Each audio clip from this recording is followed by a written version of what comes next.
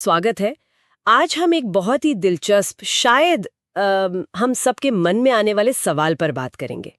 करोड़पति ये लोग असल में बनते कैसे हैं और मतलब बनने के बाद वो अपनी दौलत संभालते कैसे हैं। हमारे पास ना द मिलियनेयर नेक्स्ट डोर नाम की एक काफी मशहूर किताब है। उसके सारांश से कुछ खास बातें हैं और ये जो जानकारी है ये असल में अमेरिका में हजारों करोड़पतियों पर एक रिसर्च हुई थी, उस पर आधारित है। ये बताती है कि वो लोग असल में संपत्ति बनाते कैसे हैं, उसे रखते कैसे हैं। क्योंकि देखिए, आमतौर पर जब हम करोड़पति सुनते हैं ना, तो दिमाग में क्या आता है? हाँ, वही महंगी गाड़ियाँ। बिल्कुल, स्पोर्ट्स कारें, बड़े बड़े घर, डिजाइनर कपड़े, यही सब। हाँ, बिल्कुल एकदम फिल्मी टाइप। हाँ, लेकिन ये जो रिसर्च है ये कुछ कुछ बिल्कुल अलग कहानी बता रही है। शायद हमारी जो सोच है उसे ये चुनौती देगी। तो चलिए आज इसी की तह तक जाते हैं, है ना? देखते हैं कि भाई दौलत बनाने के असली राज क्या हो सकते हैं। अच्छा, तो सबसे पहले जो सबसे चौंकाने वाली बात मुझे लगी वो ये कि रिसर्च के मुताबिक ज्यादातर करोड़पति वैसा जीवन नहीं जीते जैसा हम सोचते हैं या जैसा टीवी वगैरह में दिखाते हैं। सही। वो अक्सर बिल्कुल साधारण मतलब मिडिल क्लास टाइप इलाकों में रहते हैं। हाँ। और गाड़ियां भी महंगी नई नहीं बल्कि पुरानी भरोसेमंद लेकिन सस्ती गाड़ियां चलाते हैं। क्या ये सच है? ये तो पूरी इमेज ही बदल देता है। बिल्कुल। और ये शायद इस रिसर्च का सबसे बड़ा सरप्राइज एलिमेंट है। समाज में क्या होता है कि हम अमीरी को बाहरी चीजों से जोड़ते हैं। कितना बड़ा घर है, कौन सी गाड़ी है, कितने महंगे शौक हैं। हाँ बिल्कुल। लेकिन ये जो स्टडी है, और ये किसी एक दो आदमी पर नहीं है, ये हजारों करोड़पतियों के डेटा पर आधारित है। अच्छा। हजारों पर। हाँ। और ये इस पूरी सोच को तोड़ देती है। ये बताती है कि भाई असली जो संपत्ति है ना, वो अक्सर दिखती नहीं है, वो अदृश्य होती है। ये लोग दौलत जमा करते हैं, उसका दिखावा नहीं करते। ये कोई थ्योरी नहीं है, ये आंकड़ों से निकली बात है। रिसर्च करने वालों ने पाया कि जो औसत करोड़पति है, उसका पड़ोसी शायद अंदाजा भी नहीं लगा पाता होगा कि उसके बगल में करोड़पति रहता है। अरे वाह, ये तो सच में सोचने वाली बात है। तो फिर सवाल उठता है कि अगर वे पैसा दिखावे पर नहीं उड़ा रहे, तो फिर उनकी संपत्ति का राज क्या है? मतलब पैसा जा कहाँ रहा है? क्या वो बस बहुत ज्यादा कमाते हैं इसलिए? हाँ देखिए, यहीं पर बात और इंटरेस्टिंग हो जाती है। स्टडी बहुत साफ कहती है कि सिर्फ ज्यादा कमाना वो अमीर बनने की गारंटी बिल्कुल नहीं है। अच्छा। हाँ, बेशक आमदनी तो चाहिए, वो जरूरी है, लेकिन जो असली चाबी है वो है अपने खर्चों को सख्ती से कंट्रोल करना। और जो कमा रहे हैं उसका एक बड़ा हिस्सा नियमित रूप से और समझदारी से निवेश करना। तो ये कहानी सिर्फ कितना कमाया की नहीं है, ये कहानी ज्यादा है कितना बचाया और फिर उसे कैसे बढ़ाया। बचाया और बढ़ाया, ठीक है। और इसी बात को समझाने के लिए ना किताब में दो बहुत दिलचस्प कैटेगरी बताई गई हैं, PAW और UAW। PAW और UAW ये क्या है? हाँ, PAW का मतलब है प्रोडिजियस एक्यूमुलेटर ऑफ वेल्थ। मतलब वो लोग जो अपनी उम्र और अपनी आय के हिसाब से जितनी उम्मीद की जाती है उससे कहीं ज्यादा संपत्ति जमा कर लेते हैं। अच्छा, उम्मीद से ज्यादा? हाँ, ये लोग पैसे बचाने और उसे इन्वेस्ट करके बढ़ाने में माहिर होते हैं। आप ऐसे समझिए, मान लीजिए दो लोग हैं, दोनों की तनख्वाह बराबर है, लेकिन उनमें से जो PAW होगा उसकी नेटवर्थ यानी कुल संपत्ति दूसरे वाले से काफी ज्यादा होगी। समझ गई। और ये UAW? हाँ, UAW है अंडर एक्यूमुलेटर ऑफ वेल्थ। ये वो लोग हैं जिनकी कमाई तो अच्छी खासी होती है, शायद बहुत ज्यादा भी हो, लेकिन वो अपनी आय के हिसाब से उतनी संपत्ति जमा नहीं कर पाते। उनका पैसा ज्यादातर कहाँ जाता है?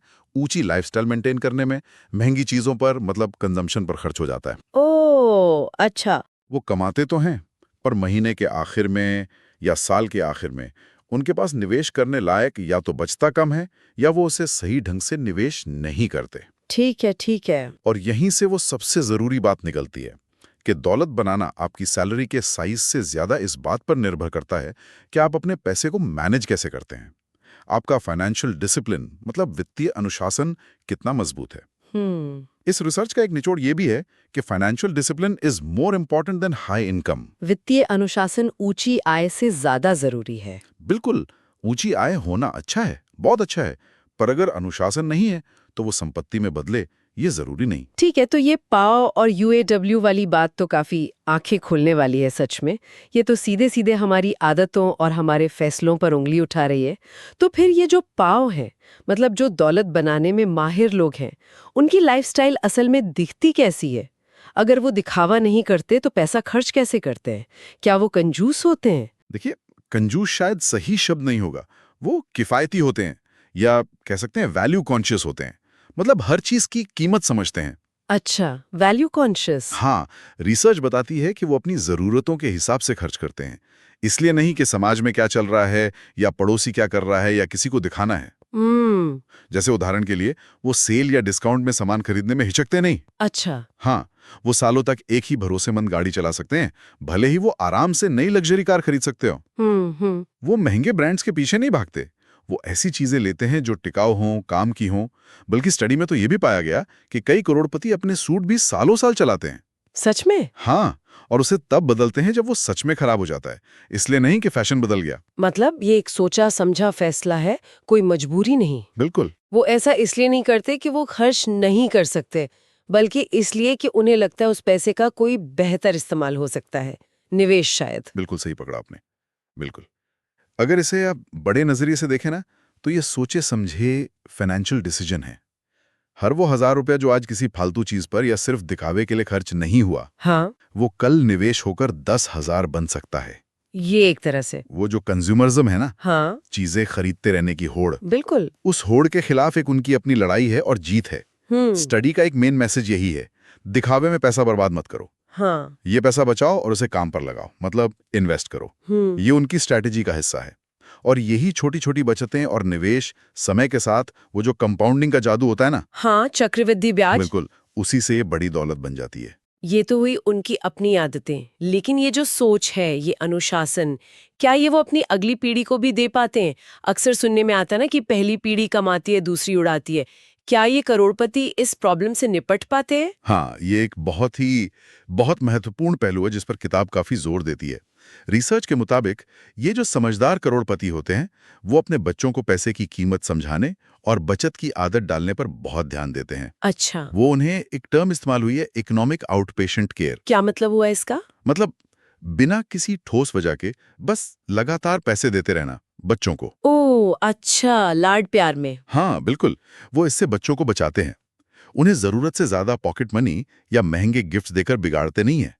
उनका मानना होता है कि बच्चों को खुद मेहनत करनी चाहिए, कमाना सीखना चाहिए और पैसे को मैनेज करना सीखना चाहिए। तो मतलब वो उन्हें सीधे पैसे या चीजें देने के बजाय पैसा संभालने का हुनर सिखाते हैं। हाँ, काफी हद तक यही बात है। और एक बड़ा सवाल खड़ा करता है कि भाई अगली पीढ़ी के लिए असली विरासत क्या छोड़नी है? सिर्फ बैंक बैलेंस छोड़ देना या उन्हें फाइनेंशियली लिटरेट बनाना, अनुशासित बनाना? इस रिसर्च के हिसाब से जो समझदार करोड़पति हैं, वो दूसरी बात पर ज्यादा फोकस करते हैं। अच्छा। वो जानते हैं कि बिना समझ और अनुशासन के विरासत में मिली कितनी भी बड़ी दौलत क्यों ना हो, वो खत्म हो सकती है। सही बात है। इसलिए वो बच्चों को बजट बनाना, निवेश करना, सोच समझकर खर्च करना, ये सब सिखाने पर जोर देते हैं। और ये स्किल्स शायद पैसों से भी ज्यादा कीमती साबित होती हैं लंबे समय में। बिल्कुल। चलिए अब जरा उनके काम धंधे की बात कर लेते हैं। वो पैसा कमाते कैसे हैं? क्या कोई खास तरह का प्रोफेशन है या बिजनेस है जिसमें ज्यादातर करोड़पति मिलते हैं? हाँ, रिसर्च इसमें भी एक दिलचस्प पैटर्न दिखाती है। ज्यादातर करोड़पति, मतलब करीब 2/3। 2/3? अच्छा। हाँ, 2/3 वो या तो अपना खुद का बिजनेस चलाते हैं, अपना बिजनेस। हाँ, सेल्फ एम्प्लॉयड होते हैं, या फिर वो किसी ऐसे पेशे में होते हैं जहां वो सेल्फ एम्प्लॉयड हो, जैसे डॉक्टर, वकील, अकाउंटेंट, इंजीनियर, जिन्होंने अपनी प्रैक्टिस जमाई हो। और इसमें छोटे व्यवसाय भी शामिल हैं, जैसे कोई वेल्डिंग कॉन्ट्रैक्टर हो या पेस्ट कंट्रोल सर्विस वाला, जो शायद सुनने में ग्लैमरस ना लगे पर सफल होते हैं। अपना व्यवसाय, ये थोड़ा सा चौंकाता है। आमतौर पर तो लगता है कि भाई बड़ी कंपनियों में ऊंची तनख्वाह वाली जो नौकरियां होती हैं वो ज्यादा सेफ रास्ता है।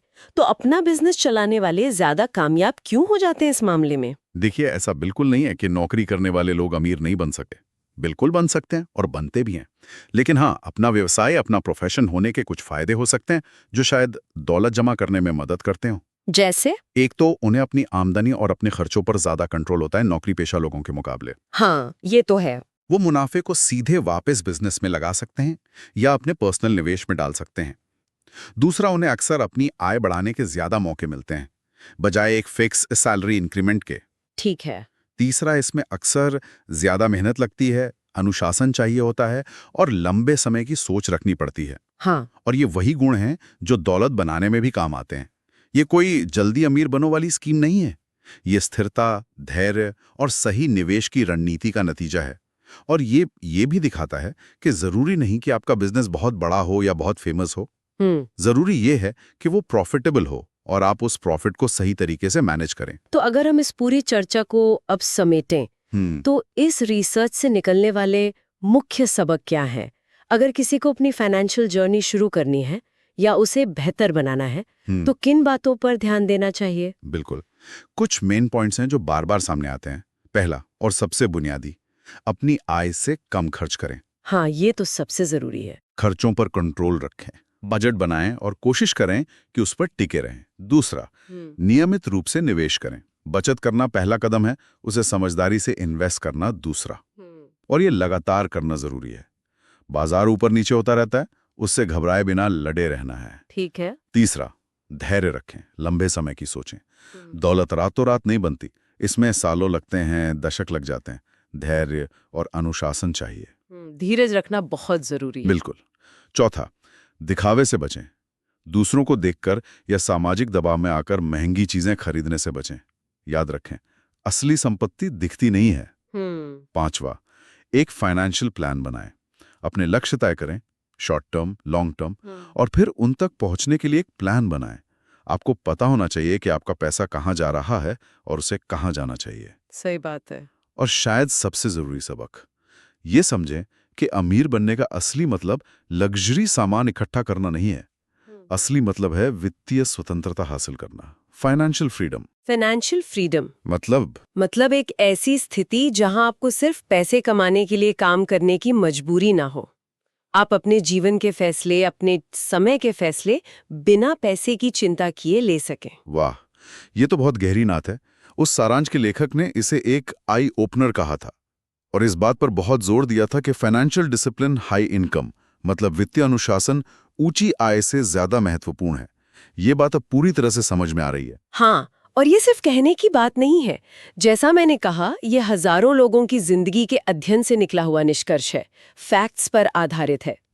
ये उन सभी लोगों के लिए एक बहुत जरूरी संदेश है जो अपनी फाइनेंशियल सिचुएशन को सुधारना चाहते हैं, चाहे वो अभी अपना करियर शुरू कर रहे हो या सालों से काम कर रहे हो। ये इस सोच को बल देता है कि आपकी आमदनी चाहे जो भी हो, अगर आप अनुशासित हैं तो आप संपत्ति बना सकते हैं।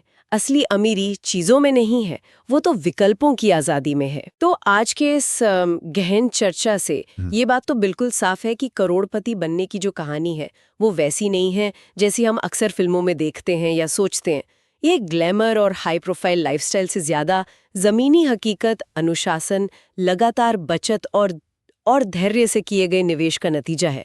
ये एक धीमी पर स्थिर प्रक्रिया लगती है। बिल्कुल।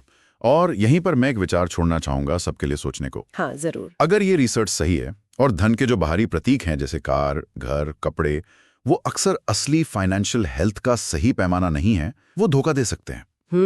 तो फिर हम खुद अपनी या दूसरों की वित्तीय स्थिति का आकलन कैसे करें? क्या हमें ये जो भारी तुलनाएं हैं, अरे उसके पास क्या है, उसने क्या खरीदा, इनसे हटकर अपने अंदरूनी पैमानों पर ध्यान देना शुरू करना चाहिए? अंदरूनी पैमाने जैसे कि मेरी बचत दर क्या है, मैं अपनी कमाई का कितना प्रतिशत बचा रहा हूं, पिछले साल मेरे निवेश कितने प्रतिशत बढ़े, मेरा कर्ज कितना कम हुआ। हाँ, ये तो मापने लायक चीजें हैं। बिल्कुल। शायद अपनी प्रगति को इन मानकों पर आंकना हमें समाज के दिखावे के दबाव से आजाद कर सकता है और वास्तविक वित्तीय स्वतंत्रता की ओर ले जा सकता है, बजाय इसके कि हम हमेशा दूसरों से अपनी तुलना करते रहें। ये बहुत अच्छा पॉइंट है। इसी विचार के साथ मुझे लगता है आज की ये बातचीत यहीं समाप्त करते हैं।